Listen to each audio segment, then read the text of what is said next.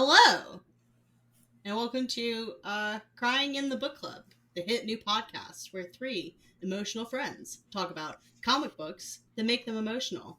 I am Emily, your host for this evening, and I am here with Jean-Luc. Hello, John. Hello. What's up, everybody? And Alex. Hi, Alex. Hello. Jean-Luc's, you can't see his video, but it kind of looks like he's in jail, like below the ground. I And am. there's like the sun peering in, and it's like, but he looks happy, and he's gonna get out of that jail, I think. So He got thrown in weeb jail. No. I throw people in weeb jail, not the other way around. Yeah, I know they caught you this episode. the weebs caught him. Well, Weebs. it was like a internal affairs type thing where they caught me reading a manga and said, well, there was like a lengthy investigation. We've been meaning to record this episode for 3 weeks, and in that time, I've gone from a nice, comfortable home to a prison cell for the crime of reading Battle Angel Alita. Which, to be fair, I have to say, I like this book. It's still a crime to consume manga or anime, and it should be treated as such. I'm just glad you got our Mountain Dew shipments in prison, and I'm glad they stopped breaking the mics we were sending you. So I you appreciate sound you sending good. those to me because I can't do a podcast without at least one Mountain Dew. It's what fuels me. It's in your contract. Yeah. Yeah, exactly. We're not a video podcast, but if we were, you would see it on camera once every 5 minutes. Well, yeah, and I mean, Emily's hair is green. Jean-Luc's drinking the Mountain Dew because that is our sponsor for today's show, Mountain Dew. Fuel the favor. You can probably pick it up at your local mart, local place of establishment. Jean-Luc, what's your Mountain Dew recommendation of the week? My Mountain Dew recommendation of the week. I've actually, it's kind of basic, but I've actually been kind of on a Code Red kick lately. Um, I had a couple over the weekend, and then I went to go buy like a 12 pack of them yesterday. And I was planning on getting Code Red, but they only had the normal flavor and Diet Mountain Dew, so I went with the normal one. But honestly, I've been feeling the Code Red vibes a little bit. So not off the beaten path, it's just like a standard flavor, but I've Wow. never had Mountain Dew Code Red. Can you describe for how? me what the taste is like? Um, Like, so what it's is the like flavor? so I think I don't know what the official flavor is. I assume it's like cherry, I guess. I would assume that's what the official flavor is too. But it's like a cherry Mountain Dew. You can still taste the Mountain Dew below the cherry layer, but it is like a cherry soda. Um, Interesting.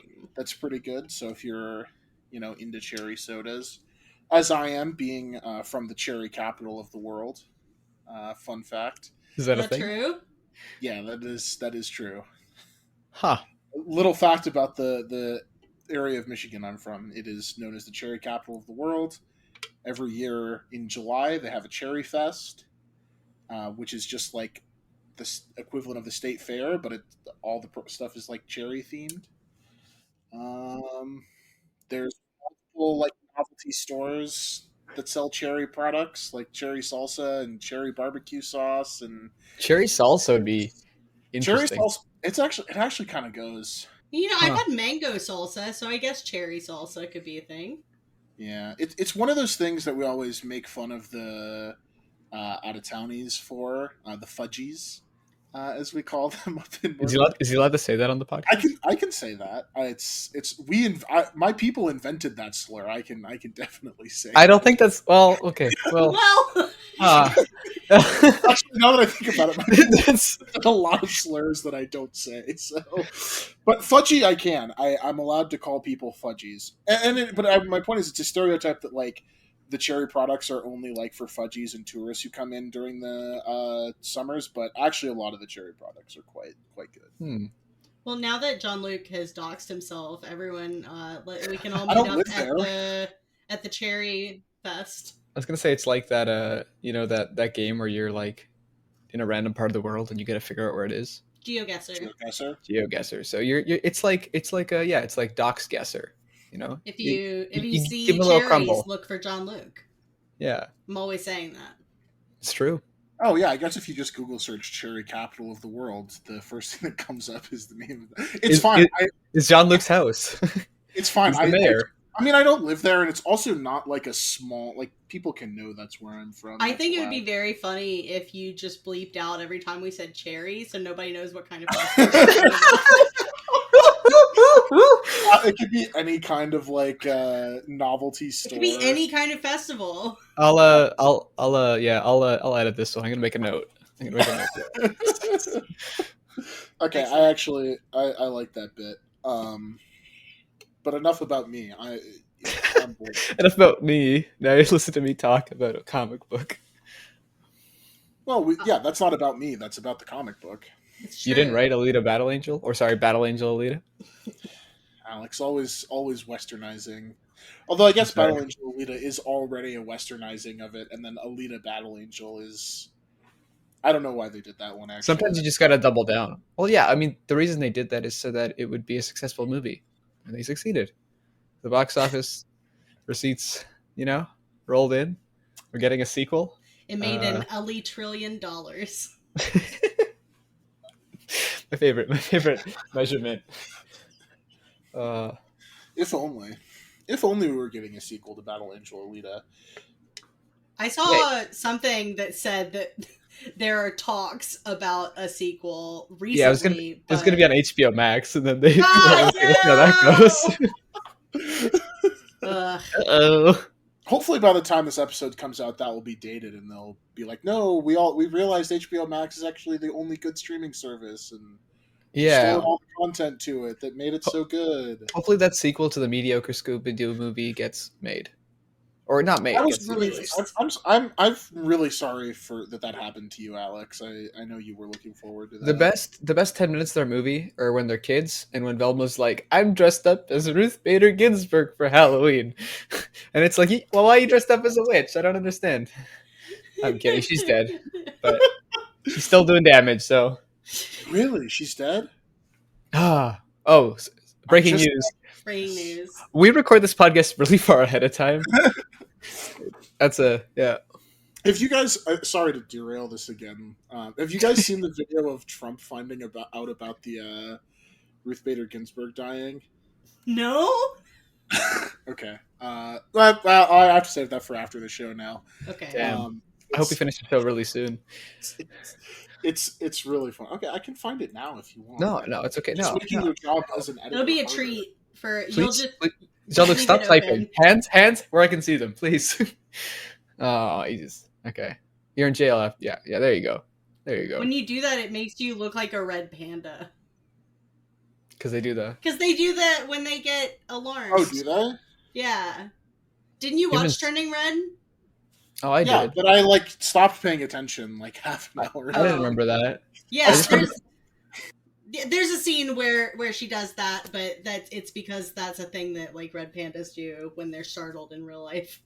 I was probably playing Pokemon at the time. You were probably playing. That's fair. I just remember the Bombin song in it, but yeah, I don't remember the song. Speaking of songs, the best part of this video that I'm about to put in the chat is the song that plays in the background. But anyway, we have to talk about Battle Angel Alita and not go on my. We do. The series is known as Ganmu. In Japanese, it means gun dream, but when they brought it over to the English-speaking world, they decided to rename it Battle Angel Alita, which is a little snappier of a title, a little more something that's going to make you go like, "Oh, what's that? I want to know what that's about." It's a Japanese... Do you think so? Do you think that's a successful renaming? I mean, yeah. I think it's a cool name. Okay. I don't know. Do you disagree?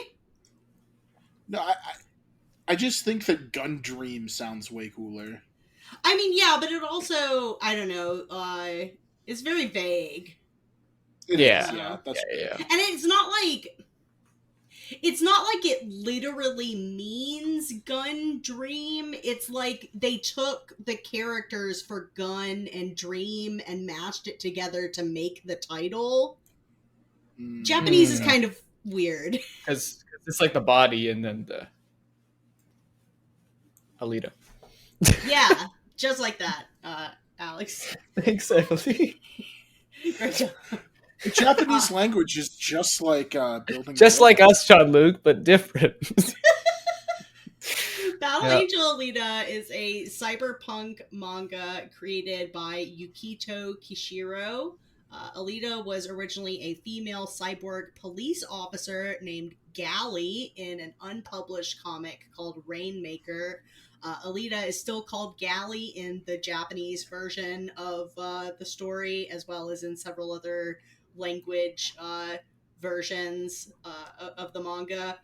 Publishers at Shueisha liked her so much that they asked Kishiro to make a new story with her as the main character.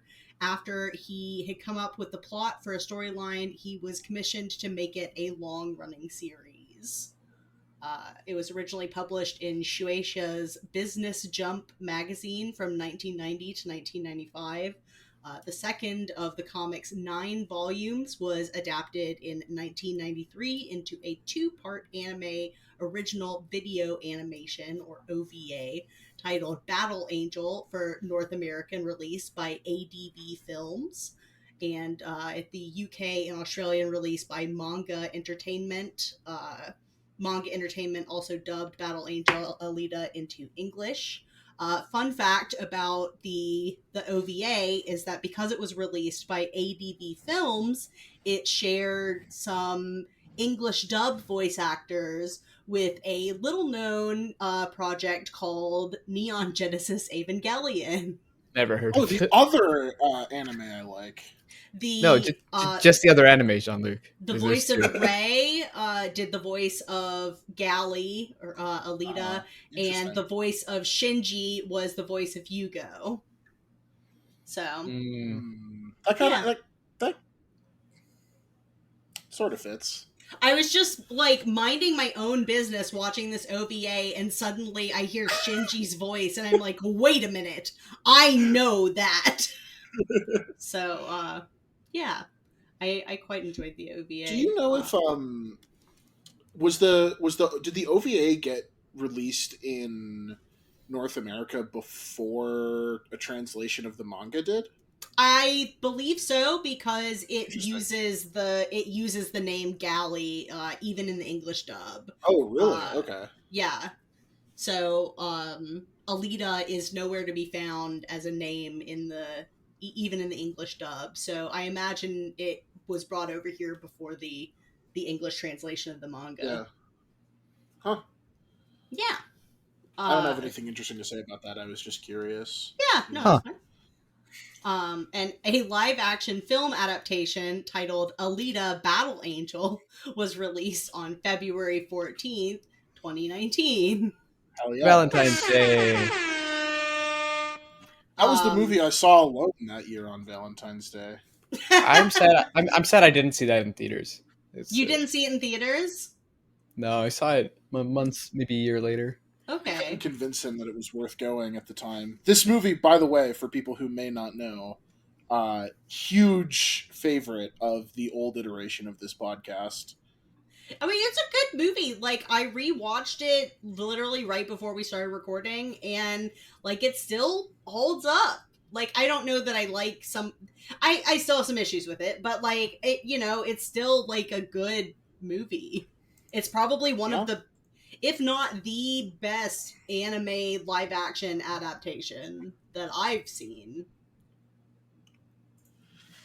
I mean, its competition isn't exactly steep, right? No, not at all. Dragon Ball Revolution? Was that what it was? Dragon Ball Evolution, I think. Evolution, yes. And Sonic the Hedgehog, the other anime.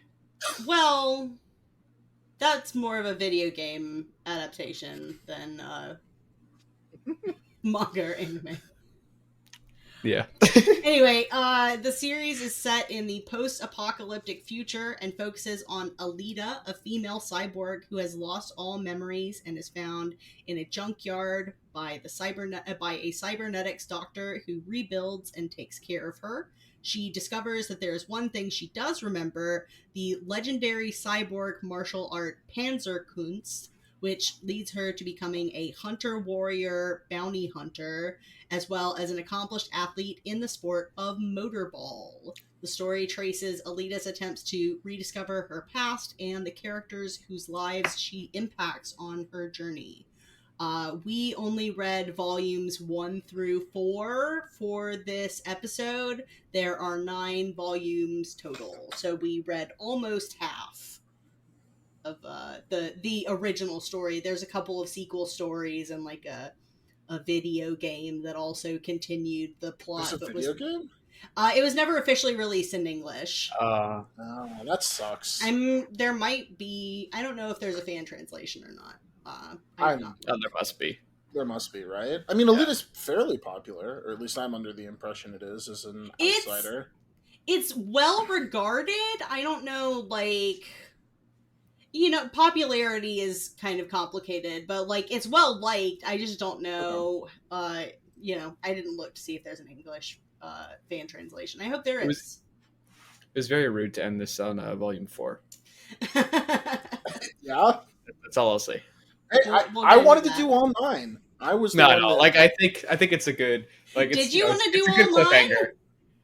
I did. I when we initially were talking about it, I said we should do all 9, but then I said we can do 4. Okay, well, because I thought 4 was a good ending point. I would have read all 9. It's a good. I mean, I will read all 9.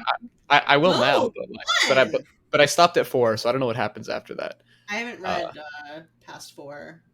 Which is, I mean, it's interesting, and maybe you'll get to this later, so I'm hopping ahead. But watching the movie first, and then going into the manga and being like, you know, the motorball happens a lot sooner in the movie, where they just like bring it up there, and it's kind of cool to have it, you know, have some space and be its own thing. Yeah, motorball fucking rules. Oh my god. Yeah, motorball is cool. The live action movie does a lot of restructuring of the plot, and like kind of slimming down stuff that takes place primarily in the first volume in order to get to motorball because it rules. Yeah. I remember really liking it in the movie too. Did it translate well? The motorball stuff? I thought it did fairly well. Like I enjoyed the motorball scenes in the movie. Like I really like the motorball scenes in the book. We'll get there, but yeah, I thought the movie, like, it was, you know, it was sort of a, like, this is probably the best they could have done for live action IMO. Yeah. It's one of the few movies from the last, I don't know, I'd say 10 or 20 years that actually has CG that looks good. Yeah. Or at least in the context of the movie, like, tonally fits. Like, it's not, I mean, it's there's definitely places where it's rough and it comes across as, like, a little cheesy sometimes, but I think that works. Well, there's just so much of it. You kind of have to cut corners somewhere.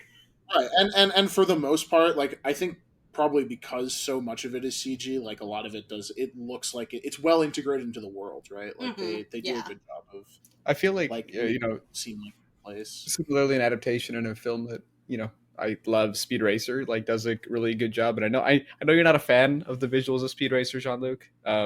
But I think the visuals are pretty far from my biggest problems with Speed Racer. But we'll talk about that some other time. Yeah, we'll get there. We're not going to get there. But in terms of an adaptation too, I think Speed Racer does a really good job, because the Speed Racer comics are great. Fans of our show, listeners couldn't see the gesture, but yeah. Besides renaming Galley to Alita, older North American versions of the manga also changed the city of Zalem, meaning oppressor in Arabic and Persian, to Tiferes, after Tiferet, the 6th Sephira in the Kabbalistic Tree of Life. I don't know what any of those words mean. I got that off the internet, so I'm sorry if I did not say some of them correctly. more recent versions of the manga have reverted the city's name back to Salem. I'm Depending pretty on what sure. Is it depending on what pronounced version Zale? of the I don't know how it's pronounced. Okay. How did you So think it was you pronounced? Because there's an Arabic name that's Solemn with an S that's Uh-huh. typically pronounced that way, So which maybe I it would is assume. Zalem. Yeah, if it's I don't based know. on Arabic and Persian. That makes more sense. Yeah, I depending on what version of the manga you guys read, I know mine had it back as Zalem Mine and did not the too. other Yeah, the mine other did. name. No, actually, no. Mine had the old name. And Yeah. when you guys read it, was it a right to left or was it left to right? It was right to left, the way manga Yeah, normally is. yeah, Because mine the was too. website I read it on, I just googled like read Alita. It Oh, was left to right. They like flipped it over for like my non manga reading brain. I wish that there was a version like that because it was really hard for me to like. Yeah? I I was I was reading it because the whole thing's on Comixology Unlimited, so I was reading it in Comixology, and I was That's where constantly I read it. swiping the wrong way. Like I would swipe backwards Yeah, to and read like the previous page, and I would read panels out of order, which is just like because I don't read any manga outside of like when we do yeah. it for the show. Yeah, I have that problem sometimes when I'm like reading either like one or the other, and then I switch to either a manga or like a regular comic book, and I have to like Mhm. re-teach myself which direction to read and swipe. Yeah, Yeah. yeah. I like the first story that I read. I was very confused because I was reading it right to left, but it was Mm-hmm. flipped, and I was like, "This is Yeah, really weird." Like dialogue that it's like flipped because I'm expecting to read a manga and it's like, okay, I got to read it right to left, and it was like it not. must be an older translation. I remember like or not like I remember necessarily, but I am aware that there was a brief period of time in manga importing and translation where publishers decided to reorient the pages to make it easier on American viewers.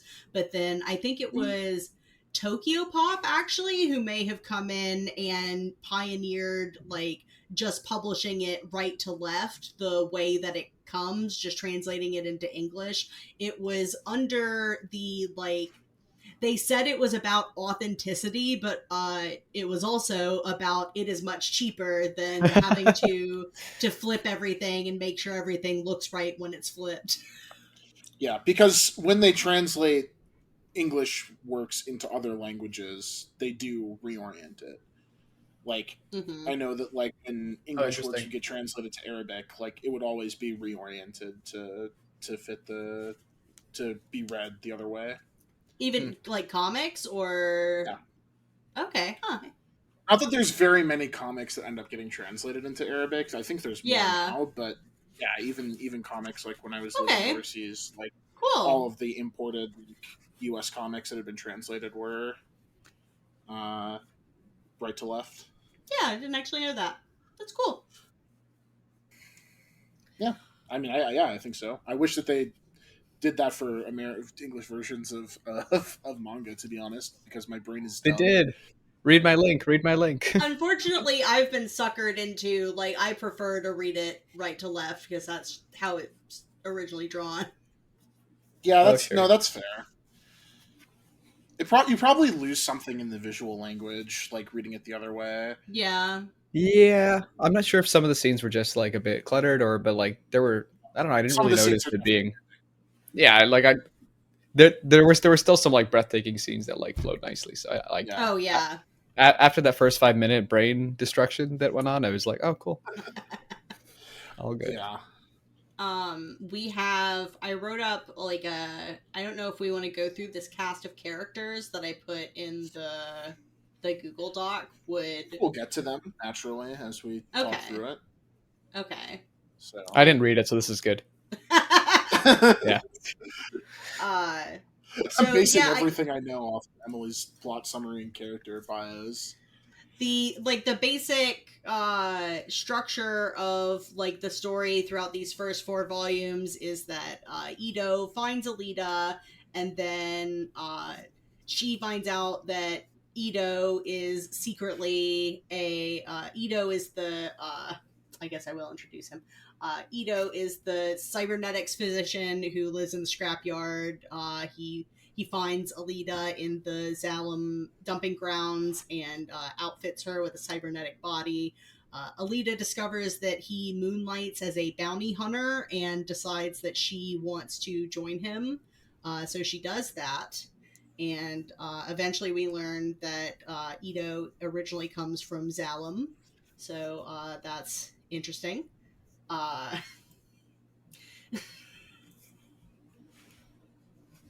Yeah. What? Nothing. Definitely not that. I assume Alex changed Yugo's name in the doc to Yu-Gi-Oh. Yeah, we did it. King of Games. King of Games. Anyway, so Alita, like in her bounty hunter era, she meets this guy named Yu-Gi-Oh. I'm in my bounty hunter era. While she's in her bounty hunter era, she meets this kid named Yugo, who, like, I guess is about her age. That's, I guess, because she's a robot. Like, she could, she's probably been around for much longer. Yeah, when her actual age is revealed, this becomes very problematic.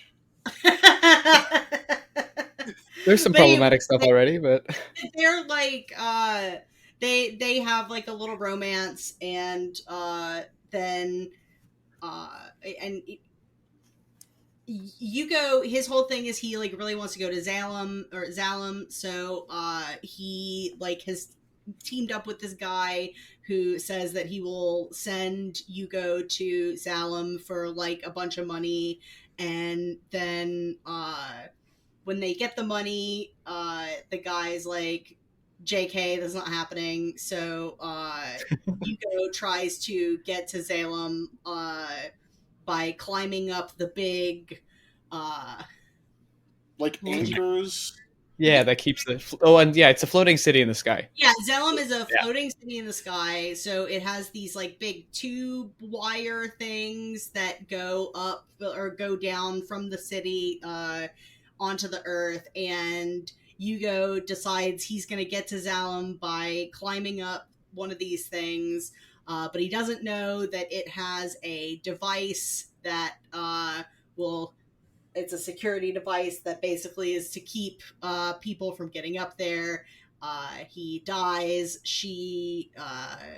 Alita is traumatized by this, so she runs off to go find herself through the sport of motorball. Yeah. I skipped over. She faces against a couple of bad dudes before she before Yugo dies and she runs off. One of them is Makaku. He is a powerful cyborg who is addicted to endorphins. He has a bounty placed on him, but is so powerful that no one has tried to take him down. And then Zapan, who is a bounty hunter who becomes embittered against Alita after she calls into question his bravery in front of all the other bounty hunters at the bar that they go to, which is just called Kansas. It's a bar for bounty hunters, and they call it Kansas for some reason. But she defeats him and a bunch of other bounty hunters in like a big bar brawl, and it's pretty cool. And then while she's doing motorball, she goes up against this guy Jashugan, who is like the big head honcho of motorball. She has like a really like angry hatred relationship with a lot of the other villains that she comes up against, but she and Jashugan are more like actual rivals who kind of like respect each other. And we also meet Jashugan's younger sister, Shimira, who is kind of naive and becomes friends with Ito, and Alita's manager, Ed, who used to be a motorball player, but something happened, so now he is trying to live vicariously through Alita. And Me too. I believe around it's been a week since I finished volume 4, so I don't exactly remember what last point the manga finishes on.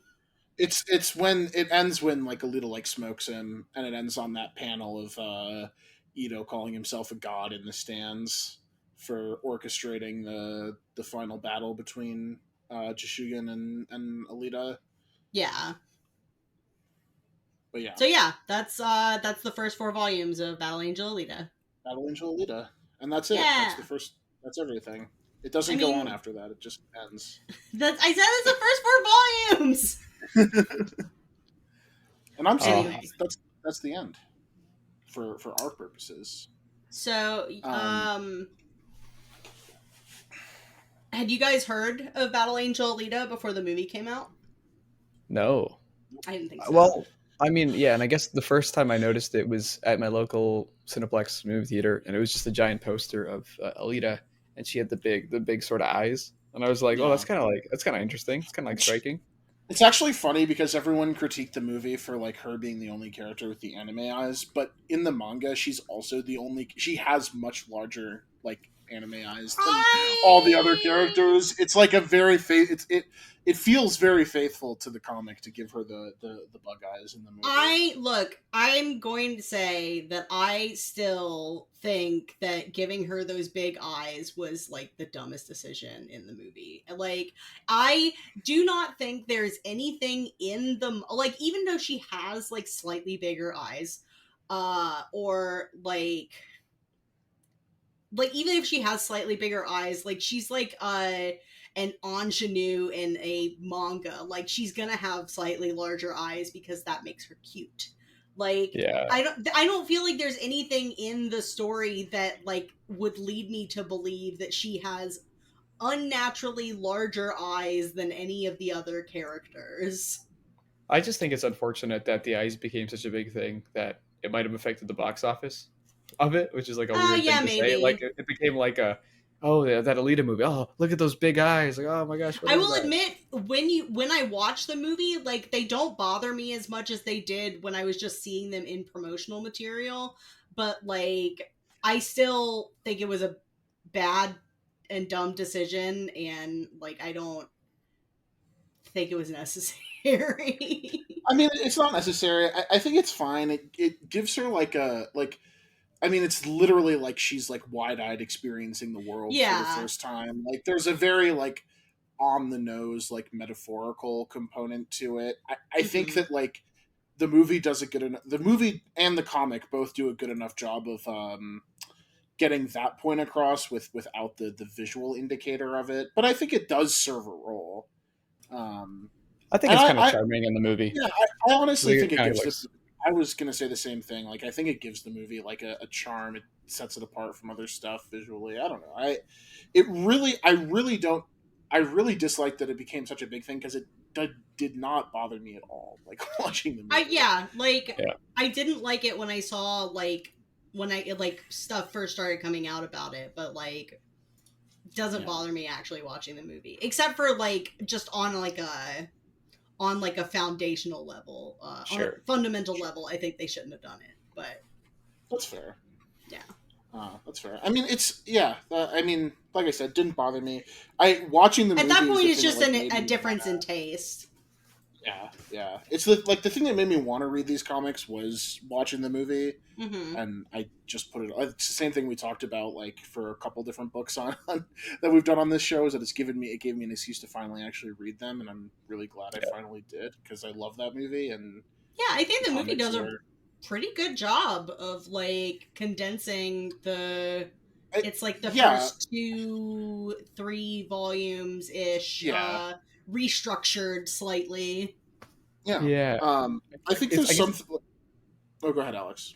no. I just like it. Kind of is 4 volumes. I feel like because like they just do all of Yeah, the I mean, I guess it would depend on what the next movie Well, would they're be just and if sort of they would like go back. lifting stuff from various places, and I know they were incorporating stuff that's from even like later down in the story as like Oh, interesting. foreshadowing for like they put in a lot more about Alita's like where her body comes from. yeah, like And where she comes from and stuff like that. yeah, that does come up in the comics later on, but but it is interesting that it takes like basically volumes 1 and 2 and 3 and 4 and like sort of overlays them over each other, because like the movie sort of has a dual climax with the like the rollerball thing with her in the rollerball arena, and Mm-hmm. the like the final showdown between her and Zapan with after Yugo dies. Yeah. So it's like it's an interesting choice, and I think in some ways it's a good choice, because Volume 1, I really like Makaku. That's the name of the first person, Mm-hmm. the first like major villain. I like him I a lot find too.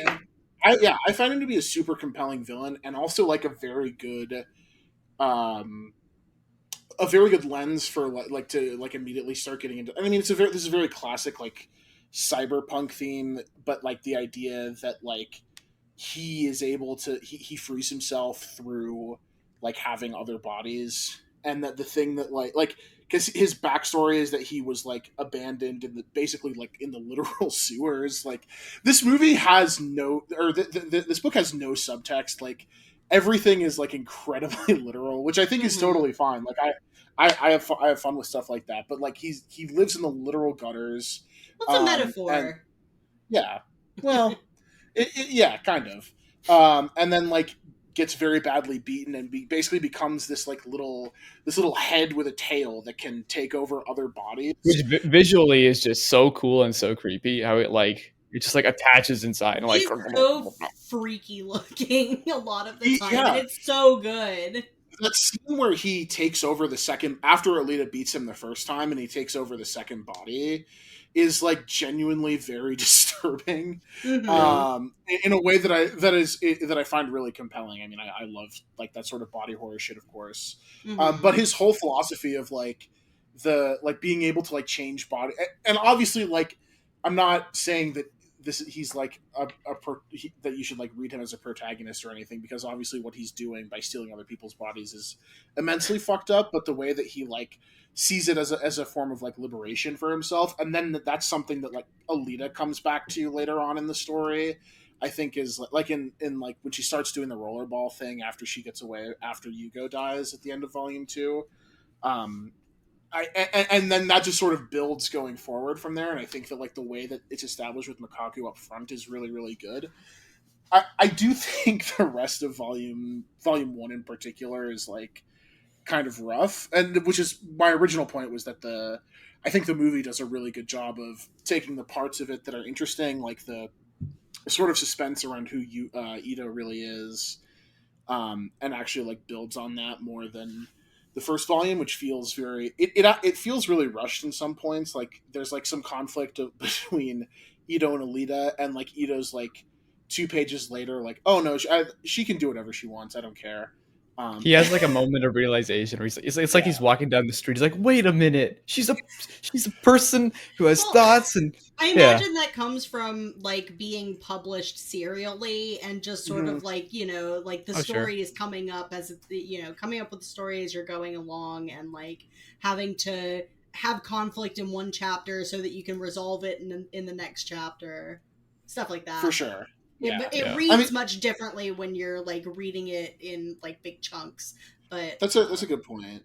Like it's the kind of thing where if you end the issue and then a month later you get the new issue, or I don't know if manga is usually not published monthly, right? It's on a much quicker schedule typically. it may have even been weekly, but I don't know. This Right. manga is really detailed. I would have to. I'll look real quick. Yeah. Some of the Yeah. issues are, and then some of them are It, I'm not sure if it's a different artist. I actually didn't check, but there's some where like it's like striking how much time they have into it and like the settings and like the thick lines, and some of them are very loose and stuff. Mm-hmm. It's not really there's an a issue, lot but of it's noticeable. there's a lot of whiplash between like you'll go like within the same volume from like scenes that have like no back, it's just like the characters on a like totally white black background, and then Mm-hmm. you'll like flip 2 pages and it'll be this like super intricate detailed of like of a street with like crowds of people in it, and like a couple vehicles, and all the buildings are like fully detailed. Yeah, and I mean it's like the same as like animation, where like if you have a big fight scene one episode, the next episode is going to be like a lot of talking or whatever. Like it's the budget you're working with, which is it's cool to see how it's used in different different mediums too. I don't know that I can find like how often it was published. That's fine. Mostly I can only find info on like the publishing of the like volumes, but instead of the like the magazine published. But going into so I think Jean-Luc's. I knew that Jean-Luc thought that the first volume was worse than the other ones going into it, and going into it I was like, oh, like it's pretty good. And then like volume 2 and 3 and 4 hit, I'm like, wow, okay, yeah, that is the worst volume. It's like it's something where I was like, I enjoyed it enough, and you read the other ones and it's like, yeah, it just gets so much better and more interesting. Yeah, I actually really like the first volume, but I get why, like, in comparison, the other volumes, like, things pick up and are a lot, like, quicker, and I think are, just, it seems like the series got into its groove better. Mm-hmm. And I think it's also because I saw the movie before, so I, like, remembered the opening and stuff like that, and I thought it handled it in, like, a really, really cool way, and, like, it is a long movie, but it kind of moves it quite fast. So. I mean, as soon as they get into volume 2, I think it like really picks up. Also, introducing like other background characters that are not like just villains is a good change of pace in volume 2 as well.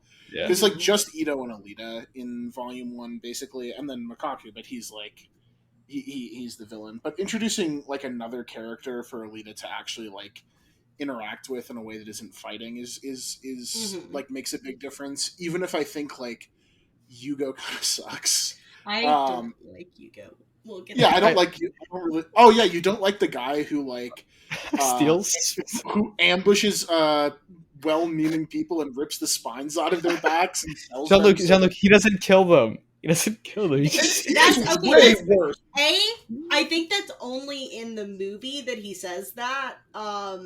In the manga, I mean, he takes their spines, so like he is effectively killing them. There's a line where like because his manager guy like kills someone, and he's like, "Why would you do that? You don't have to kill them." Like they're He's like, "Oh my gosh," and it's like, dude, you're ripping a spine out. What do you think's gonna happen? Like, okay, yeah, it's been a hot minute since I read volume 2 or whatever. Yeah, the first time you see it happen when you don't know that it's Yugo doing it.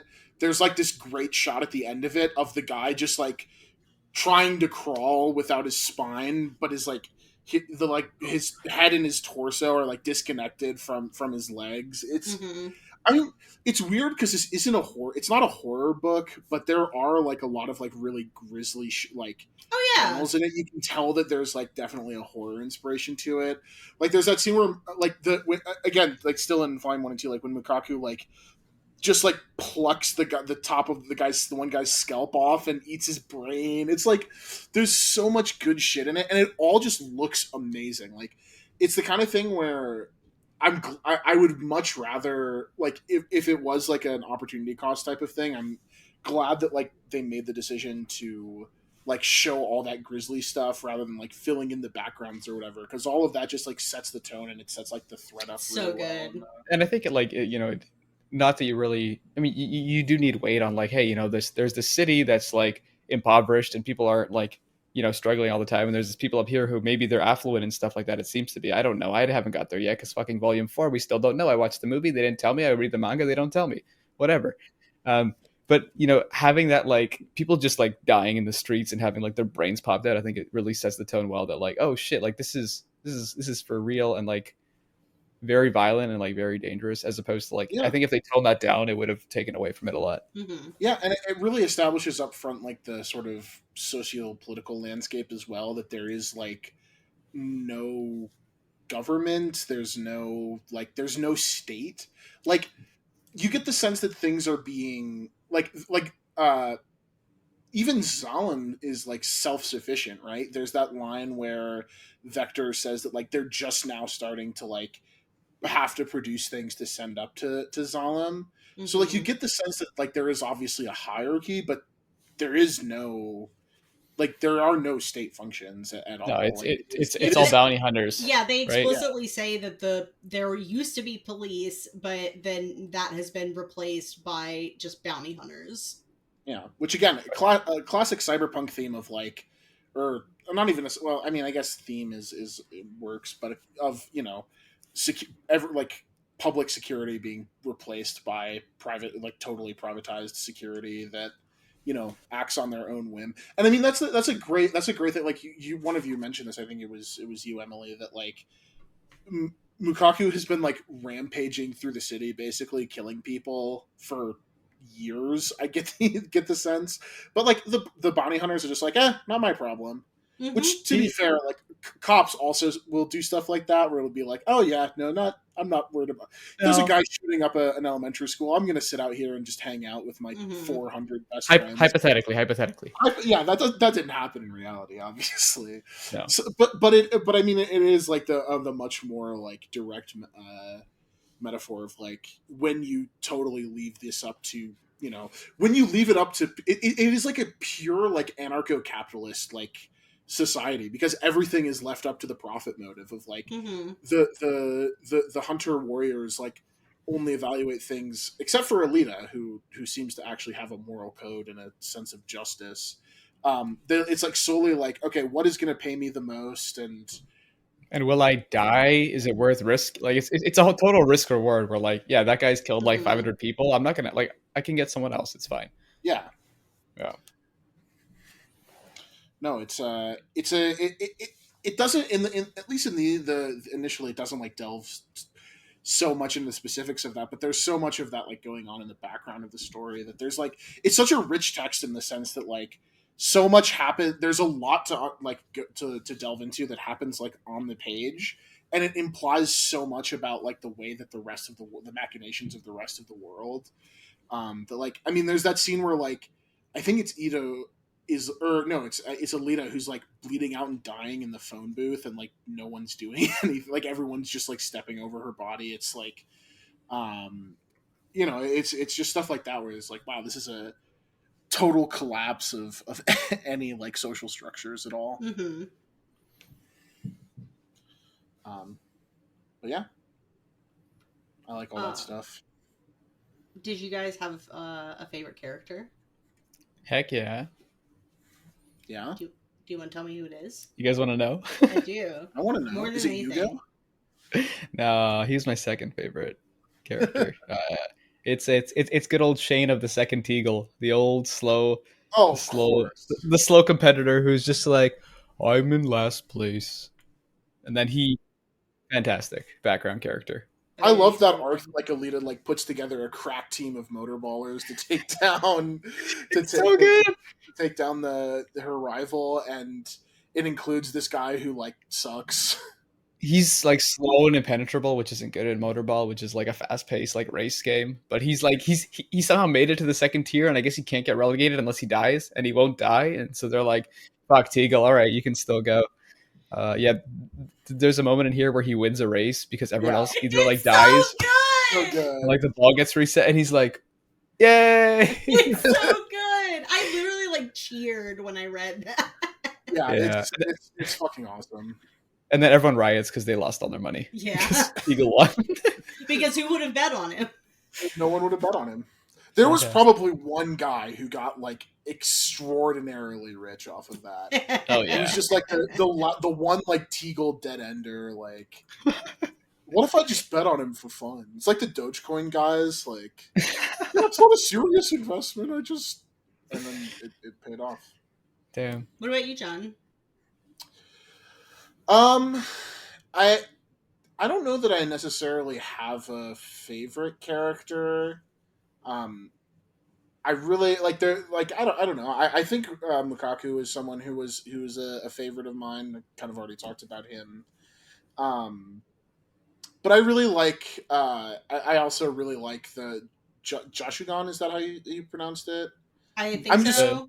I'm really glad that you were the one who said all the names first, so that I can just, if I pronounce them wrong, it's your fault now. Jashugan, I think, like Bakugan. But I like him. I like Zapan. I do tend to like the villains a lot because I think they have like compelling perspectives on on the events that are unfolding, because like Alita is a great protagonist because she is like sort of bright-eyed and bushy-tailed at the beginning, and even when she like goes through her emo arc after Yugo dies in volumes 3 and After 4, the band broke up. yeah, exactly, she's still like she still has like that naivete to her, just takes on a different, like it's just framed differently. It turns from, you know, wonder and excitement about the world into just like being stubborn and withdrawn. Mm-hmm. But it's still a very like simple understanding of the world that I think really evolves over the motorball arc. um Yeah. but I find the villains like have like a much more compelling perspective on the world than she does. I mean, Zapan, like, there's like this layer of it that is just like a pure like revenge story for him. Like he wants to get back at her for uh basically humiliating her in front of all the homies. Yeah. Yeah, it's such like a skin deep, like, I got embarrassed. But he also is like, but he's also like emblematic of like the kinds of person that would become a hunter warrior, right? Like But yeah, it's yeah. like it's like there's like a compelling distinction between him like him and Alita, like are like they're I'm blanking on the word that I was looking for, but Hunter the way that they're warriors like, or no, it was a not an Alita word. It was They're taking the same role, a but they do normal it in English different word ways. that I just foils. forgot. Yeah, Higio? that's not exactly what I was going for, but yes, that is the word that works. But ideologically, they're just so like at odds with one another. They're like perfect foils for one another in the sense that like I mean, her motivation for becoming a hunter warrior sort of changes into like helping Yugo get enough money to get to Zalem, but she like has like this very like black and white sense of justice and right and wrong, and she like feels like she's carrying out justice through being a hunter warrior, and he is just like all about like its glory. The chicks dig it. Not Alita, unfortunately, but you know, and I find that compelling, and I find Joshugan compelling too. Like just the different reasons that they have for like going into motorball, um, I think is interesting, Mm. and makes him a good rival for her. Also, the fact that he like owns her so bad for a while, like he kicks her ass a bunch of times. He like owns her in the arm wrestling thing, and then he's like, "But if we continued, I would have lost." And I'm like, Yeah, I "Ooh, love that I love moment. that. ooh." And, like that he walks away and he does the reveal. I also Yeah, just love that scene. Like I love the like shit heel turn that Ito does in volume 3 too. I Oh think yeah, it's it's like really fun.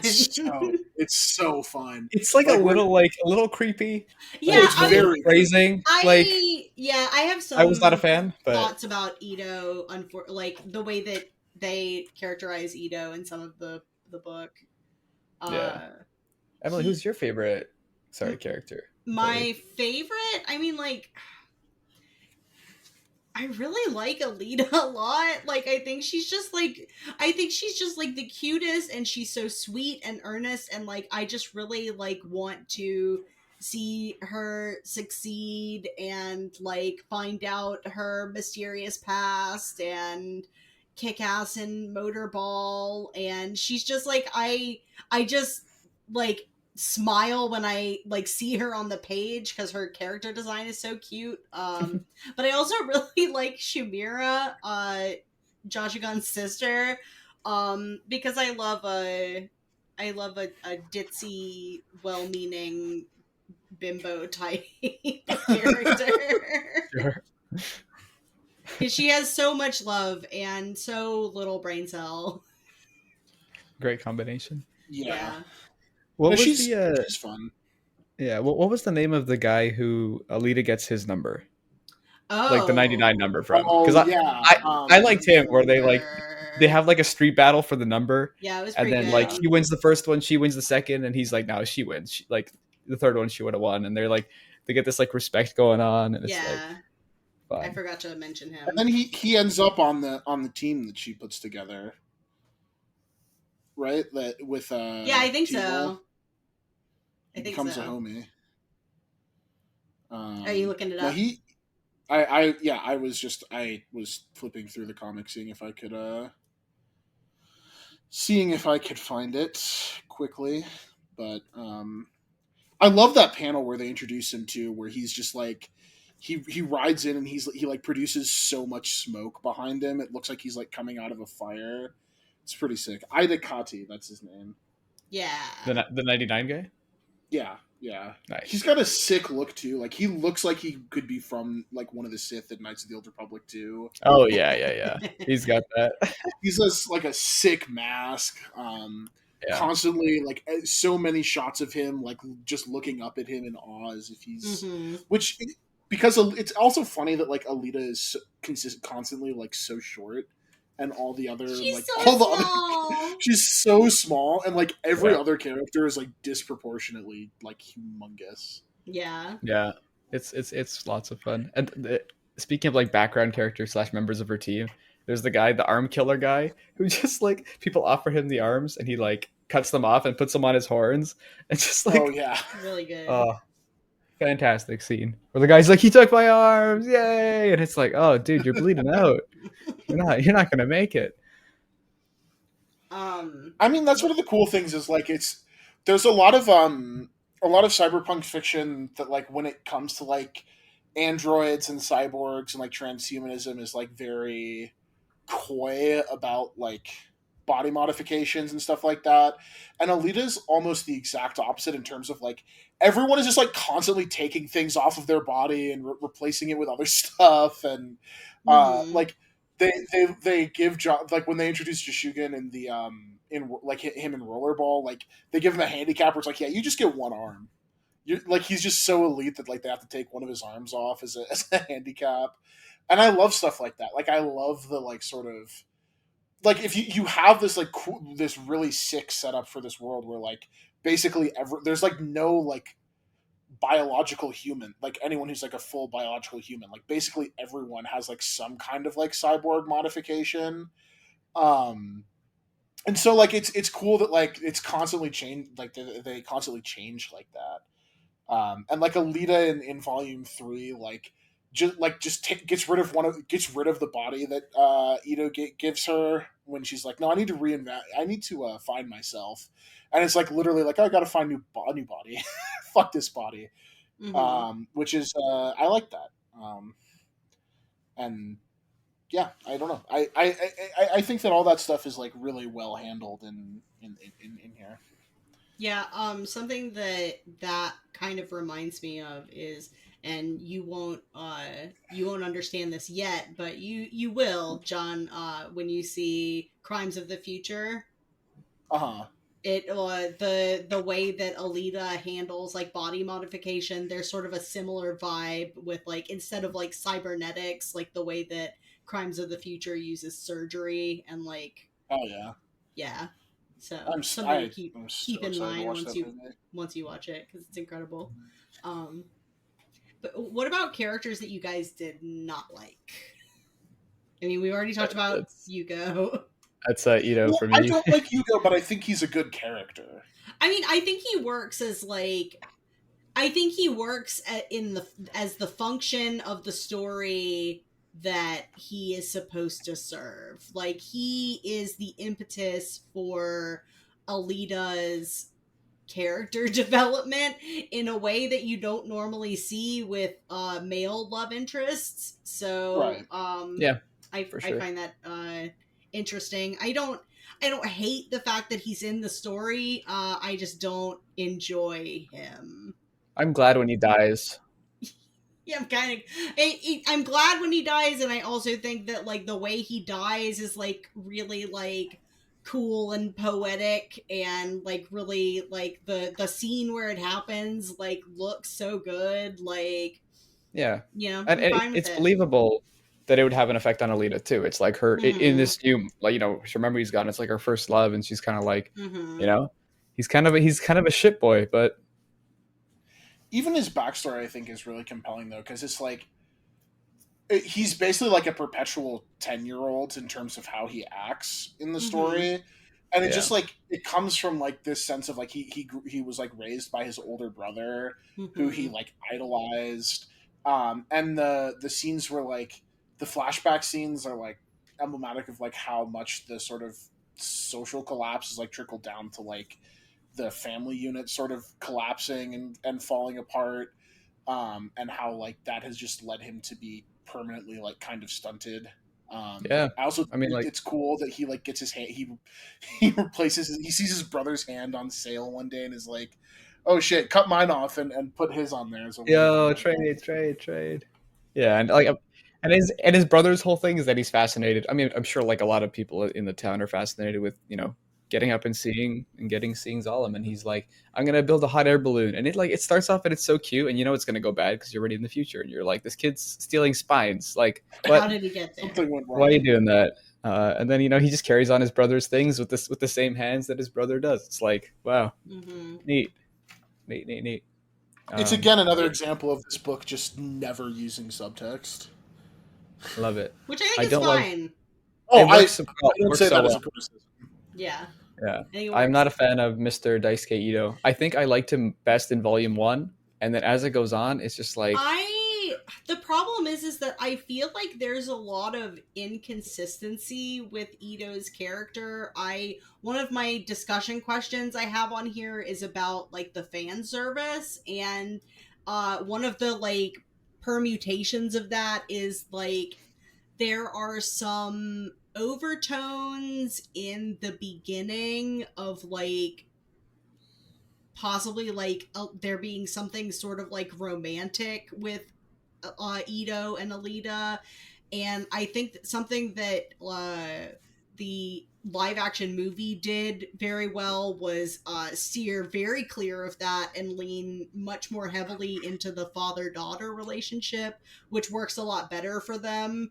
But I think yeah, Well, if you like, think about it, she's actually like 3,000 years old, Emily. So but I just think that like it's not even like not even just on like a whether or not it's inappropriate level like for her age or whatever. I know you're just being silly, but like the thing is like it is weird to go back and forth between what is clearly like sort of a father daughter relationship versus like maybe there is some sort of like romantic he, subtext there. he's one of the rare characters that it feels like it is two different writers writing them. Like it feels like it's Yeah, like oh, this is like a James Tinian Batman, and this is like a Scott Lobdell Batman. Like that's why yeah. he's I feel doing what like he's doing. they end up kind of ironing it out a little bit, but not like I would have to keep reading to see how that goes, I guess. But like I find it very weird and like off-putting in the beginning of the story, and I kind of just choose to ignore it. I like Ito as a character, and I just kind of pretend that like if the mangaka was gonna go back and like redo volumes like 1, 2, and 3, like he might do as the movie did and lean more into like the familial relationship versus like the Mhm. other thing. Yeah, and it was kind of weird. I thought even with like the is it blast ball? Is that the sport? Or am I thinking of something else? motorball, Roller ball? Okay, motorball. Motorball? motorball. I read it. I think. Yeah, like even then, where he's like, we have to destroy Alita so she comes back to me, and it's like, oh, I don't know, man. Like, it's just like, I feel like throughout he's got some very cool moments, like when he's like just murking guys in the I streets like who his are rocket bad. hammer. His rocket hammer, his like hat, and his like his trench coat and everything. Like Hmm. he's super cool, and then I just think like sometimes he's just like it's not he doesn't think, and when he does think, it's like, oh, why are you thinking like that? So It's Yeah. also like it's weird that like when you get into volumes 3 and 4, where like I mean Jushugen is like the villain, but really Ito like sort of takes a villain turn in 3 and 4. Like he's kind of the mastermind behind. He's the brains behind the brawn. Um, that he's still played as like a comedic relief character, which he is played that way in like volumes 1 and 2 as well. So like it's consistent with his characterization, but like there's a degree of how sinister he sort of becomes that the book never like fully engages with. Yeah. Um, And don't like disagree. this book constantly like turns characters into the Joker. Oh And my god, he what's his name has a full on actual haha Joker moment. Yeah, Hugo just like Hugo does just become the Joker at one point. Like when he realizes that he can't actually get to Zalem, he like it Jokerfies him. Yep, Well, I mean, it's because they live in a society. they do. Well they don't live in a society, and that's really what That's even Jokerfies him. worse. Oh, the Joker Exactly. 2?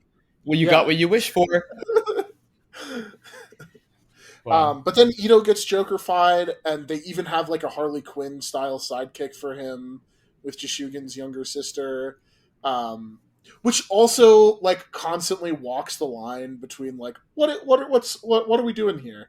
Yeah, I struggled to describe their relationship, which is why I think you kind of laughed when I described them as becoming friends.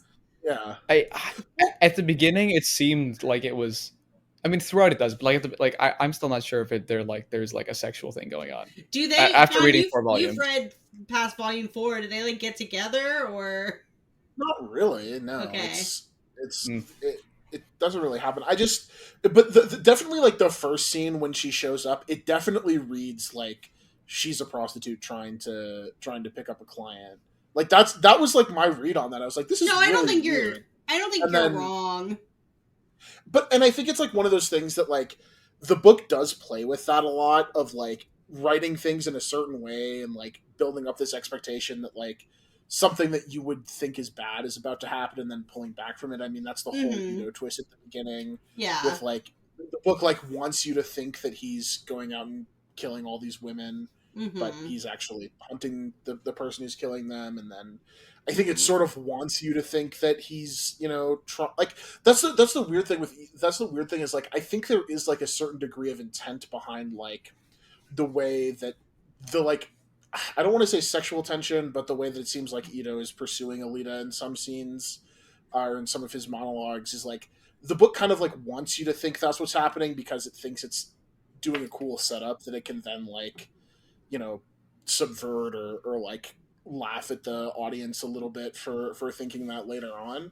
But I'm not Mm-hmm. sure it's like totally successful 100% of the time Yeah. in how those scenes are written because sometimes they just come across as being like yeah. they just seem like they break character some of the time. And Yeah. that's definitely my biggest complaint with the first 4 volumes. Uh, Yeah. I don't disagree. He is kind of inconsistent in a way And I that. don't even mind that like he has that real revelation in volume one, and then like when Alita abandons him, like he becomes the Joker. Like after that, like I think that like that twist is fine. Like the way the story goes in that sense of like he's willing to like acknowledge her humanity and autonomy, and then like when she abandons him, basically like it gets flipped on its head. So like Mm-hmm. that I don't think is necessarily inconsistent. It's more what Emily was talking about with well, the and that like reads like a parent-child relationship, like where yeah. like, hey, the kids leaving the house, living their own life, and it's like you want them to do that, but then as soon as they do that, it hurts, right? Like it's like, Yeah. Mm-hmm. yeah. Especially when they just leave without telling anyone. It's like she just fell off the face of the earth, basically. Yeah. Did they know that Hugo died? Did he know? Um. Uh, it's implied that he does because at the beginning of volume three, there's a bit of monologue about how like ever since Hugo died, I haven't seen Alita or like something to that Yeah. effect of like she And that left kind of after. makes sense. I think you can not really blame Alita for that then as a parent. But again, Sure. I'm not in this world. I'm sitting in my Yeah. basement in Canada, so you know. There's no children upstairs. Secret children upstairs. And my Also, cousin's here. I having looked, I think it's worth noting that it looks like Battle Angel Alita may have been Yukito Kishiro's first like full series. Like Hmm. he did some short stories, but like it looks like Battle Angel Alita is like the longest running like narrative that he had done up until that point. So that probably explains some of the pacing issues and some of the character inconsistency because like going from writing short stories to writing a serial story or it's a pretty big jump. But Yeah, writing something long form can be it's a big mhm. adaptation to make for sure. And I think kind of it's a testament to how good the manga is that like it still manages to be really good Oh yeah, even like when it has these issues. Oh and yeah. he both writes and draws it, right? Like he does. Yeah, He does everything. that's normally how it works. Sometimes mangaka will have like an assistant that helps with like backgrounds or doing shading and stuff like that. But It's not. Yeah, it's yeah, not like American comics where no, no, it's writing not and split writing the and way American comics are usually. yeah, and I mean it is a for the most part a gorgeous book. I will say like the speed lines are really dizzying sometimes. Like I mean Yeah, there are speed lines in American comics, and I don't like them in American comics either. well, Like there's a when lot more in this. well, I Yeah. mean like what is Alex? What was the artist on the New 52 Flash run? Maniple. Didn't Brett Booth do some of it? Or am I Teen making that Titans. up? Oh, Teen Titans. Okay. Oh, so that is what I'm thinking of because Brett Booth like had a shit ton of speed lines on Kid Flash, and I hated that. Like I hated Well, I how mean, that if you're looked. gonna have speed lines in a comic, it might as well be a Flash comic. Put it on Yeah, Robin. Fuck with everyone. give Robin some speed lines. But I generally just don't like them. But I felt Yeah. like they're like in the motorball scenes, especially. It felt like they were actually like useful here. Mm-hmm. Um, Mm. I did Yeah, find like some of the action scenes are hard to follow though. Yeah, I was gonna And ask 100%. if you guys had trouble following some of the action scenes. I actually didn't think that they were that bad, but they get better, that's for sure. yeah. Like the motorball scenes are way easier to, even though there's like more going on. I Mm-hmm. found most of the motorball scenes way easier to follow than like the Street Makaku or brawls. Zaman fights and or Mm-hmm. the bar fight in volumes 1 and 2, which I Mm-hmm. think Yeah. part of that is just like. And I mean, I talked about how I was fine with this trade off earlier, but part of it is just that there's no background, so there's really no sense of like the physical space where these fights are taking place in, and And that's so it's not like hard to. no, that's not uncommon for manga to kind of like Yeah, be a little light on backgrounds because you're yeah. supposed to kind of know where the characters are. No, Yeah. for sure. It's just that not it does like have the effect of like making things sometimes harder to follow, especially in Sure. actions. Like in a lot of scenes, it's totally fine. Yeah. Like when it's just talking heads or whatever. Mm-hmm. Mhm.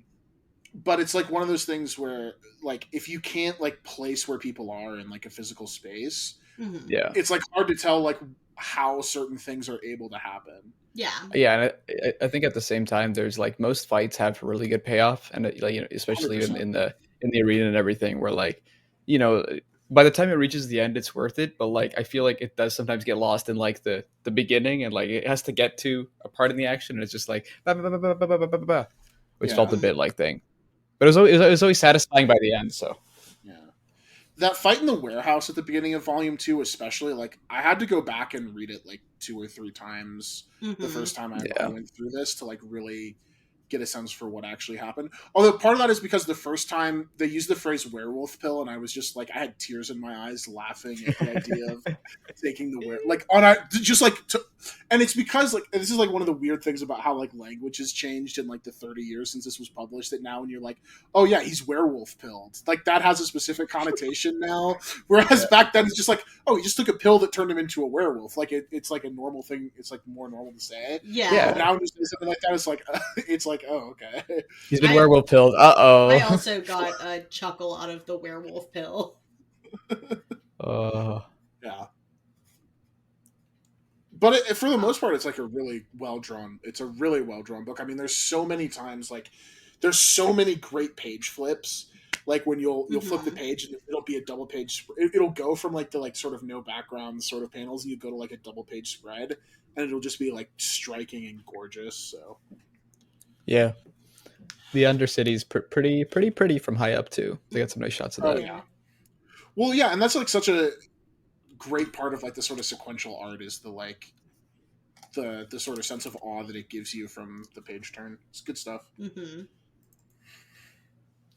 What did you guys think about like there is fan service in this manga? Not like a lot of it, but there are like, shots or like cover like splash pages that feature Alita and like, you know, like her butt or whatever. Yeah, I think it was mostly like the splash pages or like the actual Sometimes issue her issue covers. sometimes her poses in fight scenes would be a little like Mm, but yeah, it was mostly like in standalone images, but I was just yeah. curious like how you guys I felt noticed it about. more with Shimira in the actual like manga, and then like with Alita, there were Mhm. like a couple ones, but it was a lot of it was like we'd get to the end of an issue, and then they'd be like Alita, and it's like okay, that's kind of weird. And then it's like Yeah.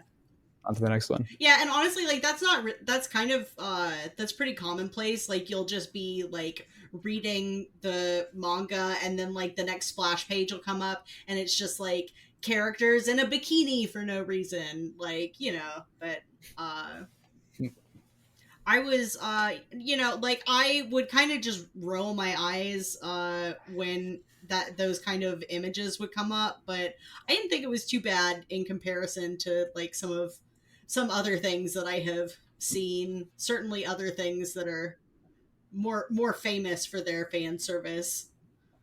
Even relative to a lot of American comics, there's not like American superhero comics. There's like not that much fan service in Mhm. this. At least I didn't think so. Like, Dead yeah, Winter's Catwoman #1. one of the best issues ever written. The masks stay on, Alex. The masks stay on. Uh, Um, yeah, that the New 52 Catwoman outfit where like there was an editorial mandate that like her zipper always had to be zipped down, like no matter what the context was. Like, I don't know. Thanks, That's like Eddie way, Berganza. that's like way Yeah. worse than like any, yeah, God, that's like way worse than anything here. Like I honestly Mhm. like there were moments like where she was very clearly like in sexualized poses, but it doesn't feel like the book is like constantly it weirdly doesn't seem like there's like a whole lot of male gaze going on in the Yeah. book. um and in large part because I think that like she does have like a female body, but it's very clearly mechanical. It's not. Mhm. It doesn't really have like a lot of the trappings of um like an actual like human body, and so it's almost like inherently desexualized in a way. So it's almost like, or at You least don't want to I don't fuck know. a robot? Right now on the podcast. Come on, tell Alex, us. you too. Got me.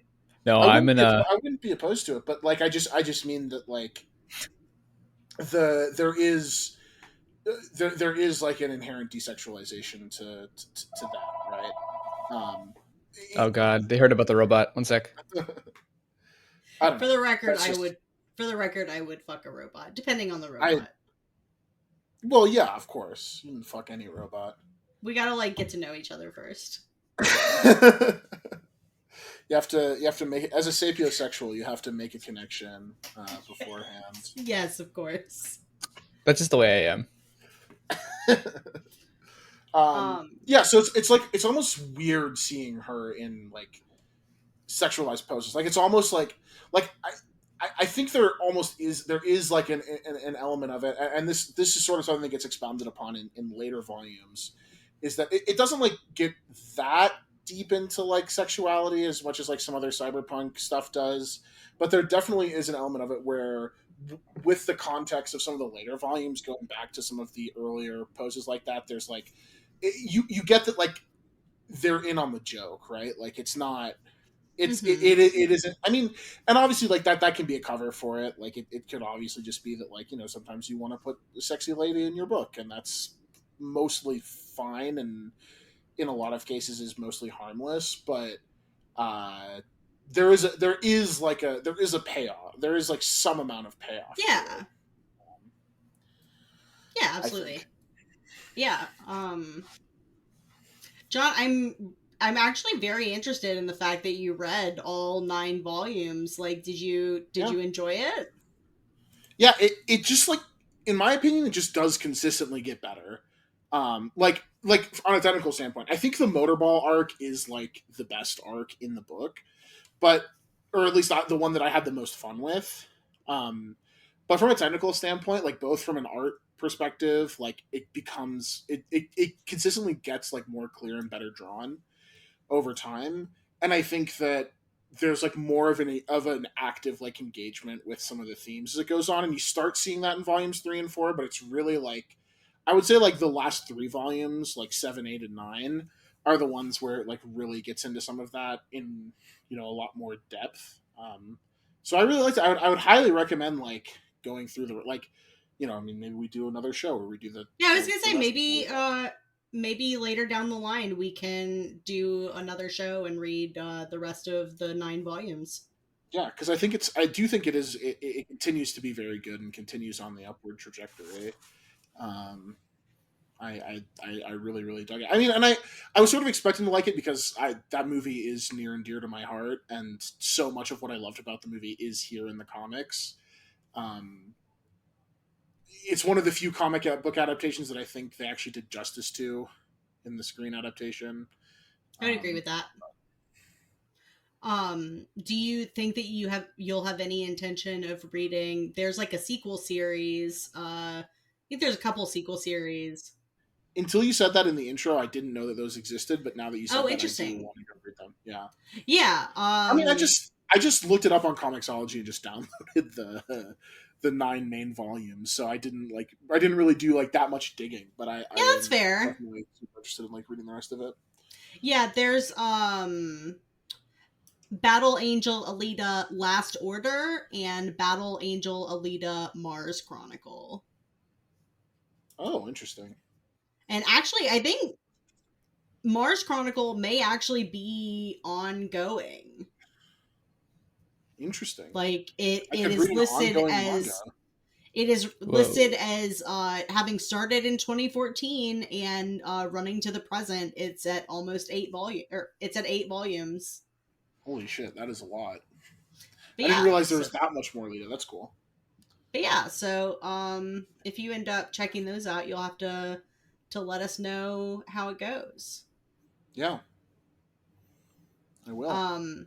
For both of you, you guys don't really have as much experience with manga as I do. How did this stack up with your previous experiences with manga? I know, listeners, if you were not a fan of our previous podcast, you won't have gotten to hear where I forced Jean-Luc and Alex to read other manga, but I believe I made you guys read Promise Neverland and Beastars and Dorohedoro and Princess Jellyfish. I think were all of the ones that I got you guys to read. Considering how long we did comic, so that kind of counts. Yeah, exactly, Jean-Luc. Wait, what?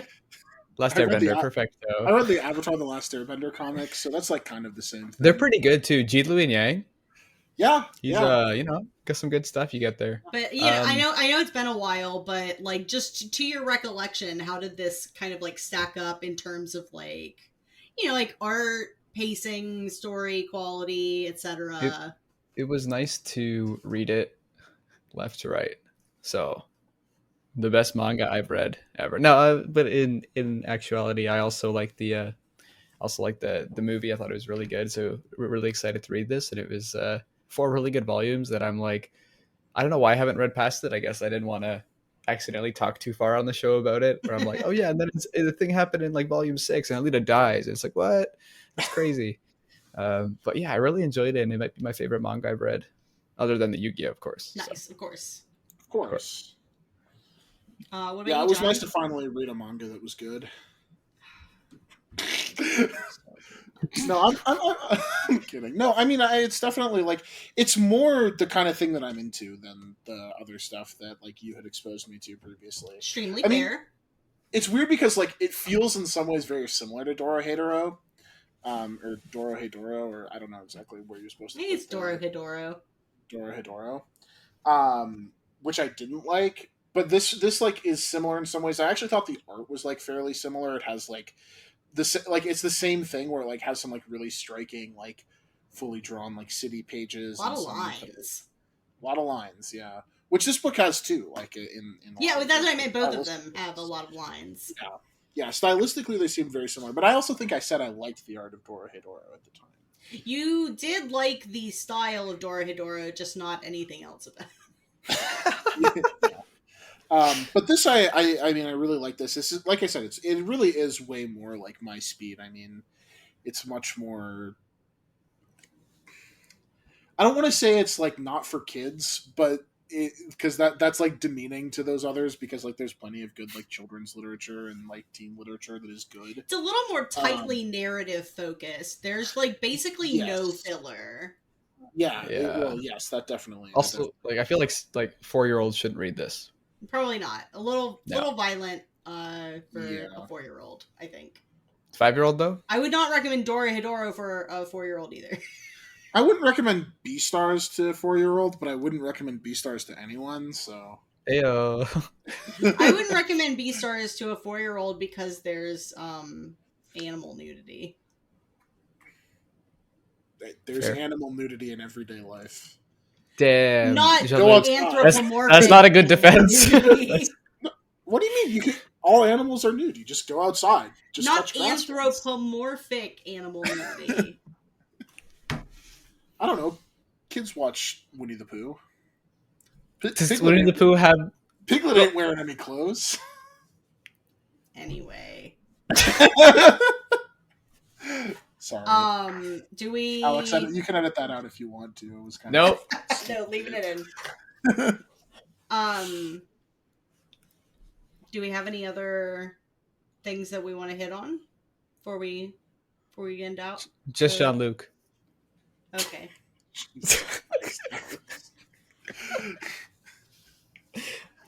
Okay. Was there anything else that you guys liked about this comic that we haven't talked about? Okay, really cool scene that I just made a note of, and it was when Zafal gives a thumbs down because like she has the ball and she's ahead of I'm Alita. fucking obsessed with Zafal. And then stops and then like throws Alita the ball and then it goes thumbs down. It's like the challenge that like Zafal is going to get that ball back, and it's such a cool badass moment that she has there. Zafal's the fucking best. I just turned the page and Grace Jones is in my goddamn sci-fi manga. I actually totally forgot about her. She rocks. Yeah, she doesn't get a lot, but she's like really good in all of the scenes that she's in, and like I would have liked to think that if they had gotten to make a sequel for the movie that they would have included her. Yeah. That's probably my favorite like image from the series, which is just like I was like, oh shit. So good. Good stuff, yeah. Good shit. When did this come out originally? I just had the page pulled up. It was like 90s. 90 to 95, I think. Yeah, 90 to 95 is when the original series ran. It's weird that it doesn't feel like of its time at all. Like almost in any way, right? It feels very timeless. Yeah. I guess I have a hard time saying that because like I don't know like what the current trends in manga are. Like it could be that like if I knew more about manga, this would feel more like dated at this point. But well, like on an art style level, it's definitely like an older art style, but I don't feel like anything about like the story or like anything feels particularly dated. I think sometimes you get those cyberpunk stories where like they're like this amazing technology and like 20 years later it's already there and it's not so amazing. I think because we spent so much time in the Undercity, like all the time in the Undercity in the first 4 volumes, we don't like, I mean, I don't know if it gets there when you get up there and it's like a great place. I'm sure there's some twists and turns up there, but it's just like very lo-fi, very low tech that I think works for it. It's like my favorite or one of my favorite brands of sci-fi. The like everything is just like fucked up and like doesn't really work. It's like futuristic, but like doesn't really work very well. It's not really future. Yeah, everyone has robots, but the robots are like assholes. So it's like like it's like Chappie. Yeah. Fucking dick. Do you hear that sound?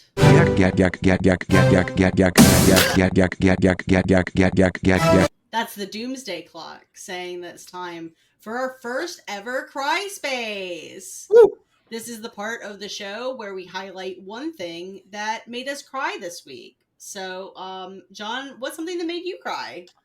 Dude, I didn't have anything prepared, and then this morning I parked my car and I'm getting out to go into the office, and I'm checking my email just before I go into the office because in case I got an email like in the morning, I want to see it before I go in. So if someone's like, "Did you see my email?" I'd be like, "Yeah, I saw it, totally." Of course, I loved it. Great email. It's a good email, great job. But I opened my personal email first on my phone, and I saw something that had just come in announcing the return of MoviePass. Oh, I saw your tweet about And then this. Okay, that's good. and so it started off as like being exciting. Oh shit, MoviePass is back. Oh And I had yeah. like the really like hype, cup first moment. And then I started reading the email, and it devolved into what sounds like more or less is just a pyramid scheme. Oh Uh, no. so the email goes like, it starts off like, "You all love MoviePass, right? We love MoviePass too, and we're happy to bring it back." Um, I was one of the people who was involved in the company originally, and due to mismanagement by other people in the company, it went under, and so I bought it back. You can now sign up for a wait list so that you can get MoviePass on Labor Day. Um, but being on the wait list doesn't guarantee anything. Not only because you might not be high up enough on the wait list, but because they're going to use the wait list to determine which, like, the people who sign up for the wait list to determine which markets to open in. So if enough people in Okay. your city, join the wait list, You then get all of your family and all of your friends to sign up. You might enjoy oh, movies oh, again. oh. But it's not even getting them to sign up. If your market is one that it opens in and you get selected, you get 10 member invites for 10 of your friends and family. And the So only you way need to to pay for 10 subscriptions. get Movie Pass after the new Movie Pass after the waitlist period is to receive an invite from somebody else. Holy shit! It's like those dating apps. Oh my god. So it just progressively seemed more and more like a pyramid scheme. But anyway, the waitlist opens in 2 days, and I will be getting my name on it. Is it? It's. They're not charging you to get your name on the waitlist, though, No, right? no, They're no. not Getting your like name on the waitlist is $10 gets you a spot, or no. does it? It's free to get on the waitlist. Okay. If you want me to get on it too and fake some credentials that I'm in your area, I'll do that for you, Jean-Luc. But you don't have to Yeah. say your area because The we had that problem whole is thing that earlier. the area that I'm in, I desperately hope I'm not in like 3 months. So I am like torn on that. It's like I got Movie Pass, but at what cost? And like everyone's happy Yeah. where you're at now. Jeez. What did it cost? Yeah. Wow. So that was the swing of emotions reading that email this morning. Really, So really. not to invalidate your feelings, but I wish I had that. I wish I got that email because in Canada, what they have, it's like you're paying $20 a month, you get 2 movie tickets, Oh my and god! 20% off concessions for the whole month, and it's like, Dude, uh-huh. that's That's cool. horrible. I mean, even It's the great. AMC subscription I have it's 25, but it's like 3 movies a week at AMC's, and it's anything. I feel like you wouldn't. I mean, past you would definitely watch more than that, but I feel like for current you, that's fine. Current me, yeah, past me could see a movie every day. Current me with a full-time job does not have time to see most of the time even 3 movies a week. Damn. But if Movie Pass comes through, are you gonna cancel AMC? Yeah, well, I'll keep them both for a month just to see because like when MoviePass died, it had like all those like weird outages. So I'll need to see if it's like consistent, if it'll work at all the theaters. But yeah, if it ends up working everywhere, I'll just cancel the AMC one. Although canceling the AMC one sucks because they don't let you sign up for 6 months after you cancel it. Wow. That's so stupid. And I Also, know this because I did cancel it once. Back in March or back during in March when they reinstated payments for it because they paused it during COVID. yeah, And I would like went to reinstate it in like July and I couldn't. So it's like part of it is like they don't want your money, and part of it is like they don't want you to cancel it, and it's like a fear tactic, which is kind of like, hold on. so then I started paying for the Regal subscription, which is cheaper but worse. Nice. I'm going back to AMC now. Damn. As long as you're still paying for your Funko Also, Box subscription. AMC theaters are nicer in my experience. Sure. I have to say also, I went to an Alamo for the first time, an Alamo Draft House. Mhm. That is the shittiest movie experience you could possibly have. I've never been to Why one. would you want? I like. Why would you want like to see like waiters and waitresses scurrying back and forth, delivering people food during the movie, and people were like ordering drinks and food like halfway, and it was for a movie that I saw a movie that was really bad, so I don't blame them for like needing a distraction. But Yeah. like, Jesus Christ, it was so annoying. We have a thing called like VIP cinemas here, and it's like you can order, but like once the movie's like you can't order 5 minutes before the movie, and then like some people might come in, but it's dark, and they know where your seat is, and it's like not they're not coming halfway through the movie to give you a beer. And there's Huh. like a huge like table in front of all the seats that like you can't like relax. You can't like put your. It sucked. I'm never going back to an Alamo Draft House. You live and you learn. Yeah. Alex, what made you cry? That was a really good cry space. It's Overwatch related, so very sad. Anyway, long story short, the Toronto Overwatch League team is finally doing well, and they're having they're having a tournament in Toronto. I'm going to it, but it looks like the league's not going to be around for much longer, judging by like the way that teams are like dumping all of their rosters, getting rid of like investments in it. So it's like the team's good in Toronto, but at what cost right now? So yeah. Yeah. But Unfortunate. it's cool. It's a fun ride. Hopefully they win before it goes under. My cry space And my cat died. Sorry. Oh yeah, of course. How is Pesto? Pesto's very cute, very fast, He's, and very alive. he's very cute. You should send us more. You should send us more Pesto pics. Can do. My cry space for this episode is that I had a doctor's appointment yesterday, and I had to wait for almost 2 hours before I was actually called back. Oh, It was, and my phone was by about an hour 45. My phone was at about 10%. So Now I understand why you canceled your stream yesterday. That sounds it was truly stressful and taxing, and so I needed the personal time to take off from my stream and play Fall Guys with Alex. Yay! Which was we did so well. Extremely fun. It was really good. Great time. I was also there. So that was like the opposite of a cry space. Sure. Yeah, you were there. Chad was there. But Jean-Luc, you don't get called out till you start playing. He sounded like this. Shut the fuck up, Jean-Luc. He often does. Maybe that is his voice. Maybe one day, Jean-Luc will play Fall Guys with us. That's my forever cry space, is that Jean-Luc has not played Fall Guys with us. I think he hasn't downloaded, so. Yeah, but he hasn't played it with us yet.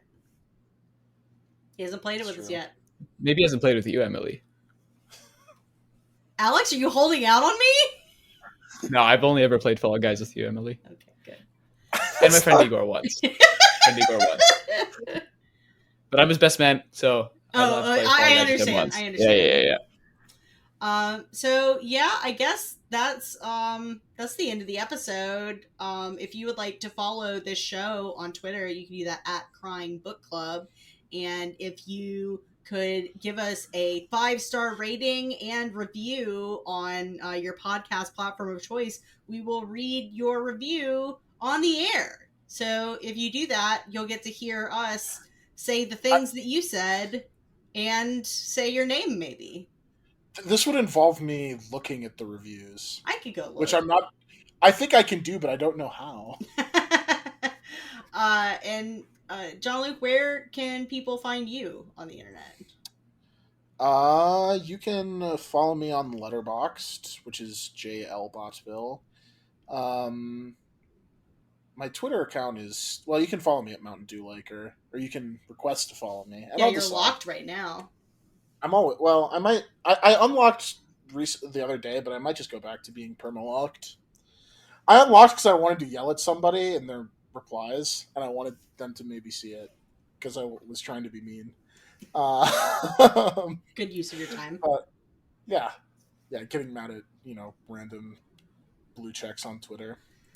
So yeah, that's me. There's nowhere else to find me online. Alex, where can you be found? Should you wish to?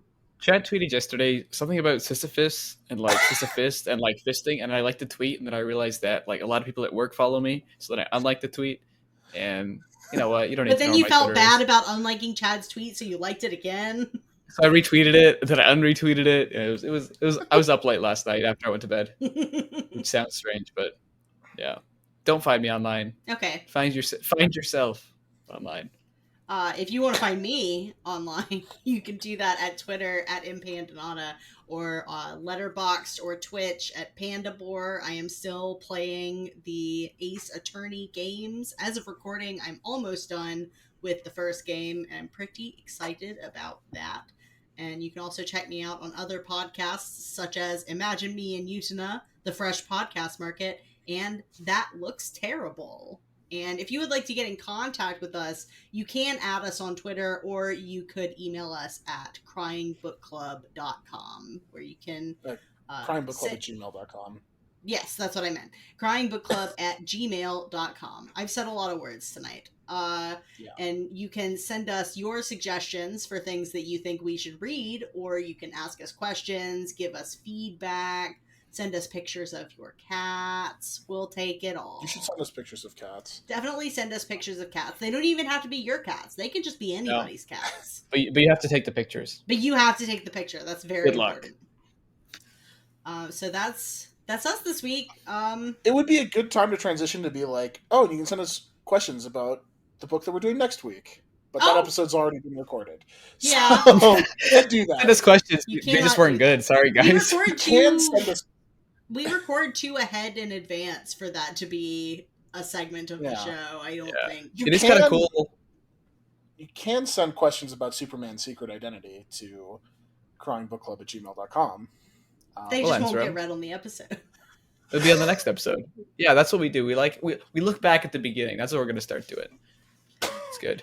Also, we're recording this episode so far ahead of time that it just dropped that Alita Battle Angel is getting a sequel.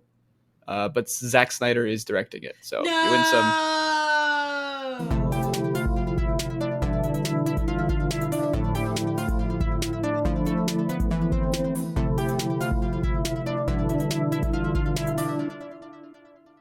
I would still watch it.